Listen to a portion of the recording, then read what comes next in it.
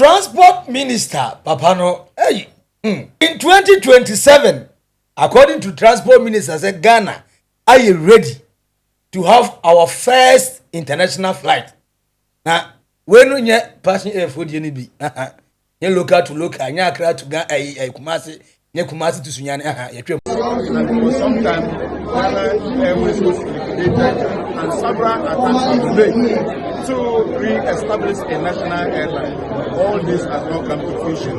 But I am of the firm belief that with a strong hand that under his watch, Excellency President Mahama, we have put up a task force.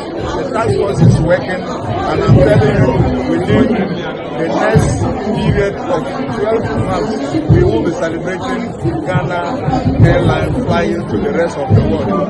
And the task force, I must say that is doing a good job, and we are up to the task.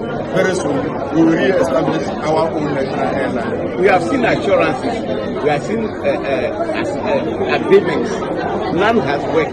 Well, what's different this time? That this time is going to work. What is different is that you heard that over 60 years, there were struggles to connect Dar es Salaam to Accra. Today is not possible. Are we not seeing the maiden flight? That is one of the things to let you know. We have over the years improved upon our facilities in our airports.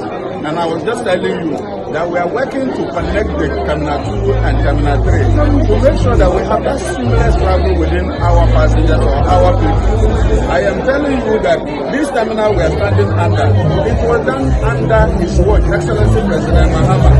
And I'm not sure that anything is bigger than this terminal when it comes to aircraft. With that firm belief and that person at the helm of my affairs and directing and giving guidance, I am telling you that this time we are going to re-establish a national airline, and you should see. Will it be a partnership for 100% Ghanaian? The business model is being made, and then we will know that we as a government will not want to hold many shares in it. It will be definitely a partnership that we will use to create or re-establish a national airline. Now, Sabosha Ebe, Ghana for the donor add there as a good news. But good news, I'll be kind message in every no message in more bad news there. As well, yapa. Because since 2004, and a Ghana Airways, a good nukojoto. Besine, ye. Na papaya, Metro Mass, ye who SDC, ye who so. A mouth of grapon, come in your coffee, trot grana, pressure. I make you ukuni as I shall. I'm an inkebi. Hey. Now, Omo ye Democrat Shabwa. Yeah, na papa we. Baby, I know a chere say, be a bit me free Nazareth. When your Bible bro fool. Etino tobo. Say tight kana.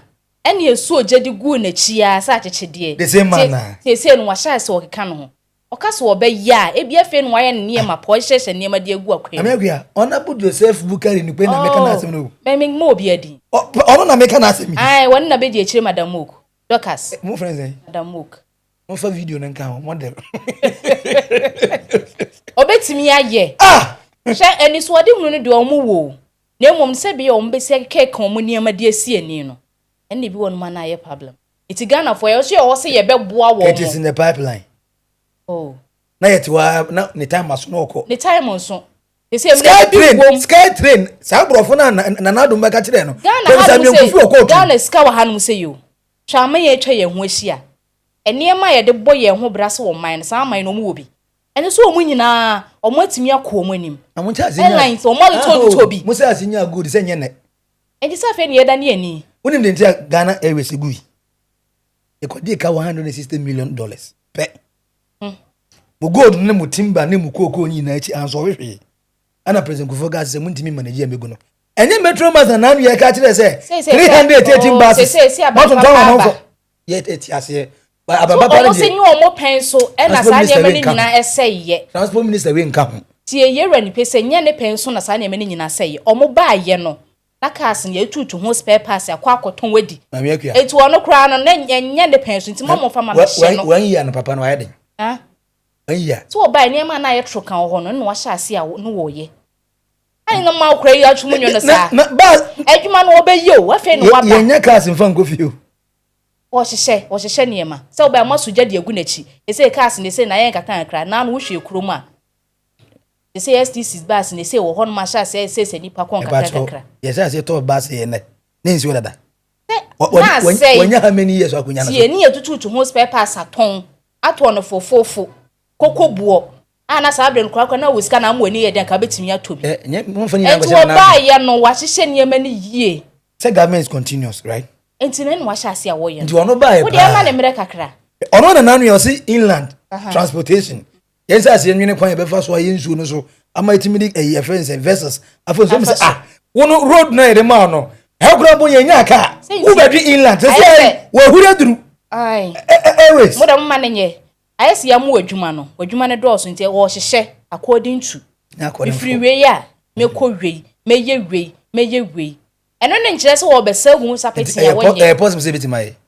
now let's come back to say even if it's possible yetimi ya say enye NDC for na better na so forever and ever oh there be timi ni say even post on timi ya onye transport minister and to also forever there be the ma Ghana Airways egu no in 2004 no the ma Metro Mass enyina da the ma STC nyina da no what you change yes say masa ye many be ma meto so bi me jump abo Ghana now obi di Ghana sika no me go mpa ma Ghana say Ghana asesa say so obi nya adwuma ni yi a it should be actionable no prayer ya chi ma ne ba be ye adwuma no until next time na ban foforo ba do ba betina was transport minister no say nipe ehyehyɛ niema pa de gu akwan mu no ogya hɔ no nese wantimi anwie no wɔ kɔ a yɛse nipa be ye bi wa me ye ni nyina enkroma akra de Ghana so an kotimi ye ni nyina wantimi anyine nyina o ye bi kɔ ye ba me say o ye ni na obe de ye na aka obe so what I say enti enkroma akra ye bi kɔ ye enti se nipa hya se no wo ye nkakra wo ye ba ko mienu bi no ogya hɔ kɔ a ye bɔ mpa ye ne sa ban foforo na ebeba no so no o megya nto hɔ nom obeto aso no wa ye mami apia eba Ghana your transportation oh debunim si ye ka se omuntumi nye muntumi nya na emu mutirimu ye omode but yen so omo se ubetumi aye no enti what da na so no da ye metumi aye omo say politics is about data science and data say me busa se here say dey enti na why optimistic say obetumi aye na ya say manage ni here you only speak on hope and prayer now if you ask me the enti ontimi here I'm going to tell you say 2004 the enti egu ye no you shut it down because company no you running it down me ubu sam se here make just say Metro Mass ene me kase ko fa Metro Mass ko kuma se obako oh je say ya sha se ye kama na bi me pacho ye kase ko fa Metro Mass bus e fa ko kuma se ya na se bus e den time no ene Metro Mass manager ba see ye say no obet no office we say no wa ye ne wa hyehye ne ma omo ba ye no de na atetete no omo ahya se omo aye maintenance kakran wo ye koye nim ze condition about and say ye one kura na se yetimi aye ne yi a aye yi e bi onti ze Metro Man me go fa me nya condition wo de kono kwetena mu hwe nya sa mistake no oh me say until say me hu so wo de kono kwetena mu hwe ko bu sa anwa no nkoto krom ne yade edu anwum na be fa wo mo ko na ka Metro Man ne ba se be koto krom adwuma na ka ba se be say na banti ye introduce ne kakra no obi ya hu no enti wo furu bia o we na de akono ni ate esi kumaso kwan so o na no me furu bi di ko ofie o na esi bome ti metinam na me di ko kumase a metimi akyinem if you one asa ne yakotu Ghana na minim na obi as Ghana nyane dia no ye sacrifice ye ho enya adwuma ma Ghana bu sa ho say commercial bank obi ye gi sika di sika to etimi ko a whole year na ye say onye a profit and loss ma ya onya loss unton gobe unton koko ye sika ne ye de beto ho na odi bia ma amanfo busua Oldboga ADB na nke MPP and MPP eton agree because wona odi mama akuafo na anya loan no na odi ma your friends NSS wu yi na akuafo ugbo ADB din kra no mbofu so wanchi wa hwe tindi second woti nke ebu no netelisel ye da so 30% room na nya dia ani eton ye because enti me manage the very moment I odi Ghana ni beto was on operating no any pass na ba onye se wa kon hu school ani e dey man because the party about teacher position no ona aka ani e dey man no on manage no with any professionalism bia o me party eto dey din at west pam ne be pam me oti say there see edu nketia general mosquito any MPP can say NDC for air can say na adwuma no egu honom enti wo a wonim se de adwuma ahye wo nsa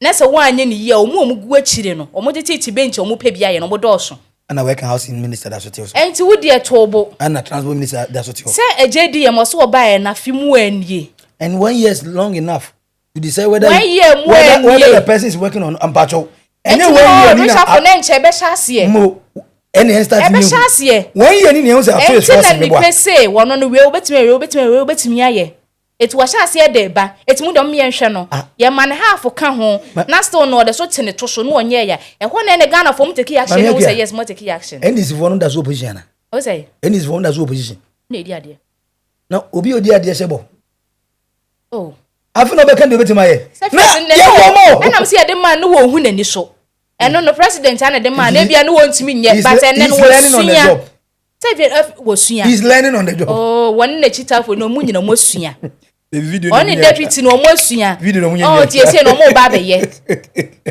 video no mu nye twa nya ni mu gidie say ye twa abona che I want to believe say one say Ghana Airways sefatai enye bad ye bro sokra in fact you about 20 African countries as it stands now national airlines operate Ghana dey to go affected dey African airlines you know and that's why only private Miss Africa me let me to Africa o outside all the next we brebuchire proper abrochire etetere hwen no ye omo twa ye ho ahie ye no mu di agro no omo nyina wo bi look at the way Ethiopian airline aya kwa kodu enanu ye nkrofo aviation for ejina airport ana mo body Tanzania mo body so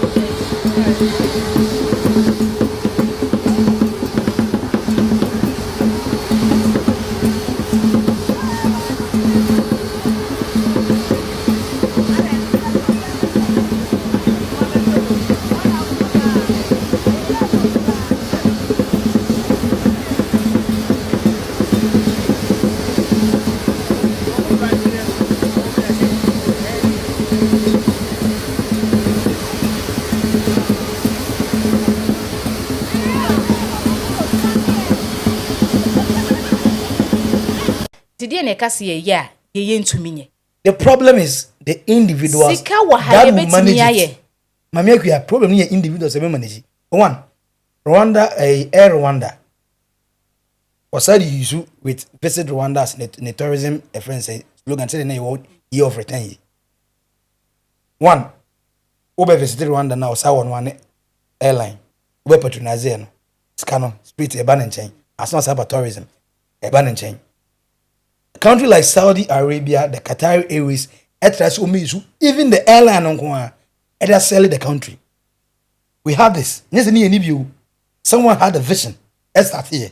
And yes, we have the passion to eat the money and you go no. Some they are still our political leaders. And even if the idea is so sweet and good, even if the man is capable, so bit my longevity. Because can you aircraft Ghana any presidential jet wow afen ye say you go be from start afen ye to helicopters ama ye soldiers full omo me defend ye against external threat no okra fe ni ye eti na afen na okwa ye di ebi a oni say de oba be no o kwasie bi ba be di hu sika kwa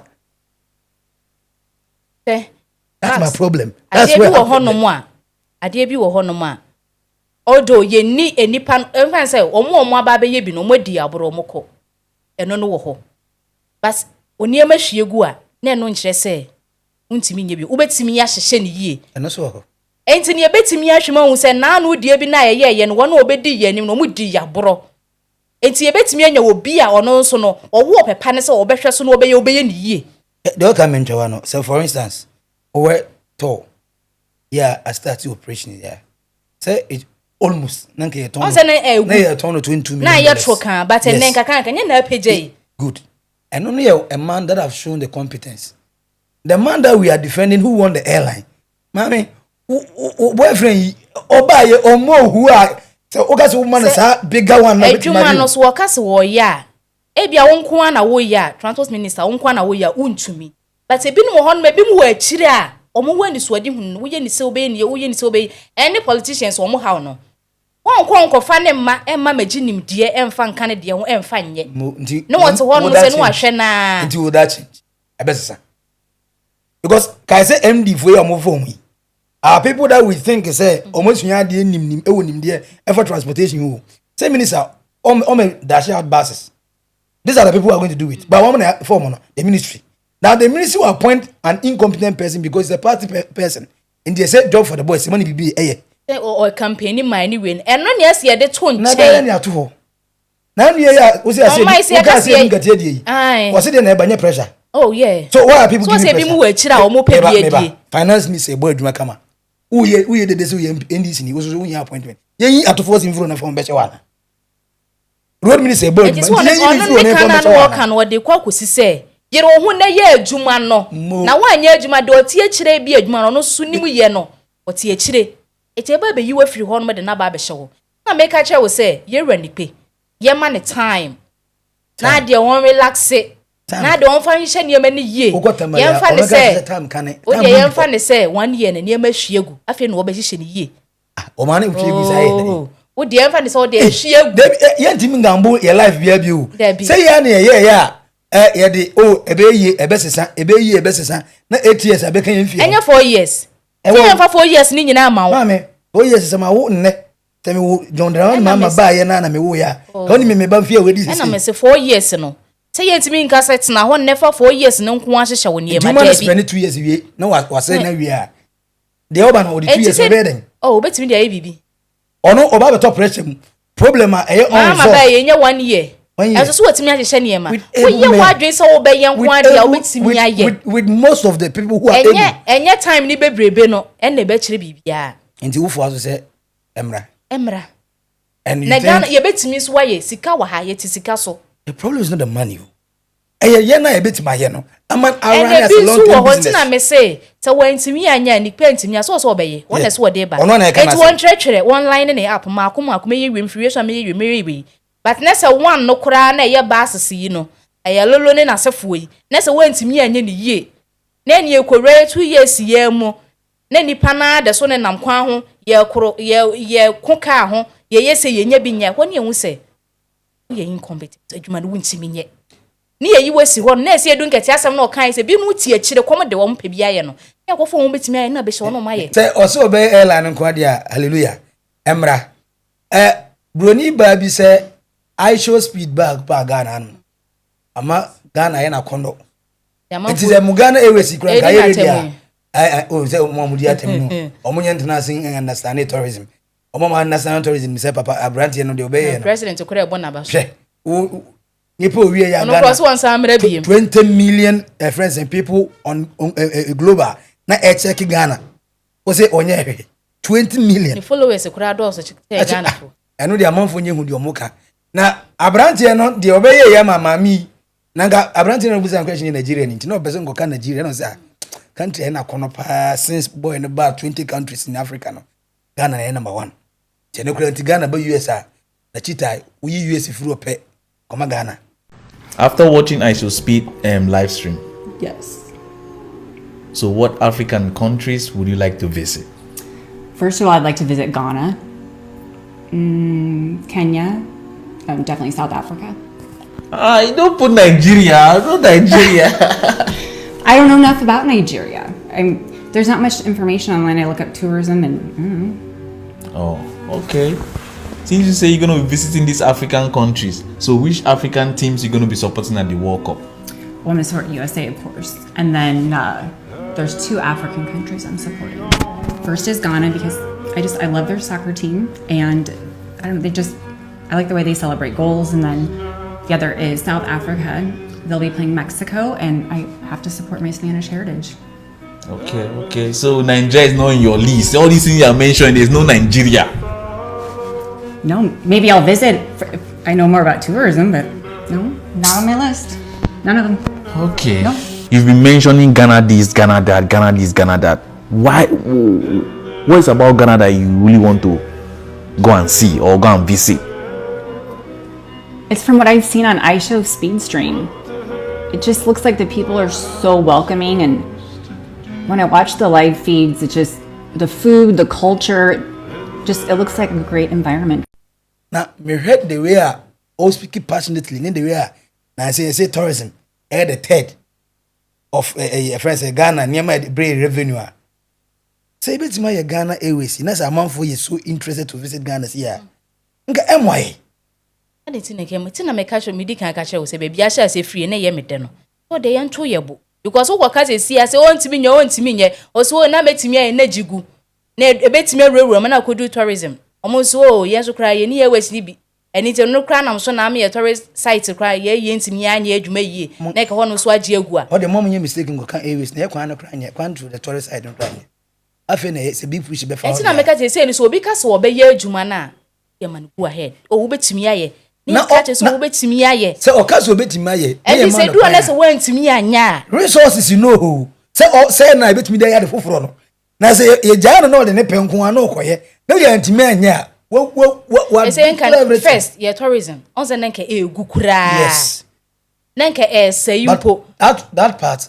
I but I buy way by and I guess that started from another Danko. Me and yes, I fancy free Papano. It's an year of return now, the buy.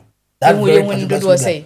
Oh, that was the year in Beyonce, Jay-Z, Ludacris, most of the top artists are in more hit numbers. We now Ghana. And the man Steve Wonder movie Ghanaian see. It is at was when it was when and it's me I say be a year good that's now on one and also not baby. Yeah, I bet you. And also says on Monfa and on tea and Ghana Airways or Munti manage. Say, on Betty my year managing Guadia, my make ya. It's a many problem, but couldn't mention that in this. Oh, obey. Now, obey your man. Don't the money, Mamma say. A branching about buying a dish butter for fun. Recently, my children were all excited about some young man from America called iShow Speed, or I don't know what his name is, who came to Ghana. And one of my children showed me a video of him in a shea butter museum of some sort. And it's one of our northern sisters who has that shea butter museum. And I remember when we were young, this Kuriya Kurijenje, they were singing. All of us remember that when our younger sisters used to play and pass those stones. Kuriya Kurijenje. And this young man was lucky. I saw him lying down, and about 10 girls, all with shea butter, were massaging this boy. And the way he was enjoying it, he opened his mouth as if he couldn't breathe. That guy, I'm sure he will come back here. And as I share butter, you cry and the owner.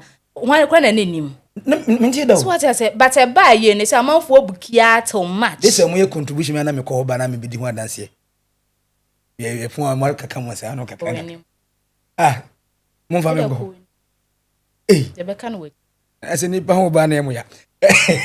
But the Mahama Kai say, oh no, Abba of tourism, ever Cosra. Who go pay Tema, a friend, a new town. A Ponano, no, Bola. And yet, I'll refuse to buy a home. And dinner the I miss the Abaho. Alena, I had a mushe bola. Then I'm way for bola.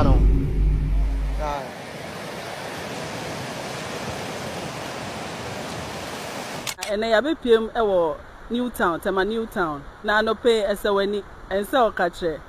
A poano pa fee. Me do Hanam himself for scranny a ton or Hana Babeshe. A fee pa a good from her. Here John Mahama and then Crawford. They be a casa about sanitation, about sustainability. Me pacho, when no ya anything. If you say fear, ya go Hamijina cry, a be trifino, and that's be good, dear Wahana so. Until what are we doing to sustain ourselves, good health, any idea in our and Crawford Newtown man, Temum, Potem. I wonder if they have cleaning exercises. na mibusa abrantie bi a obehwie nra agu ye say eye assemblyman na owa ha no owehe osi ono nte ha omo ye fuo ewe pona no nti ono de ne papa na aboa na omatwe efina begu ano na say no say emwa ye yo your health at risk nti yenhwe ne nsese ye potem ye ra John Dramani Mahama ene ne mpanyimfo ye semommo aye ne ntumi nso ano medase modishare Joyce eye one globe multimedia ene ye kase mihwe machi ha eye pipe ye da he aha ye pick farm o ora omunya omumpreko ene ade wa ha na omo de pipe atuma ababeto eye epuyimu nso ne ye nam ye dware emponche enkraman ene ade nyina ene nam ha chese esewani ensa wokache hwebole chese omo waste nyina ebegu nsuo yi mu na nam yi a ye to a ye ri ohwa with such ade ekosu ebeboa yen ana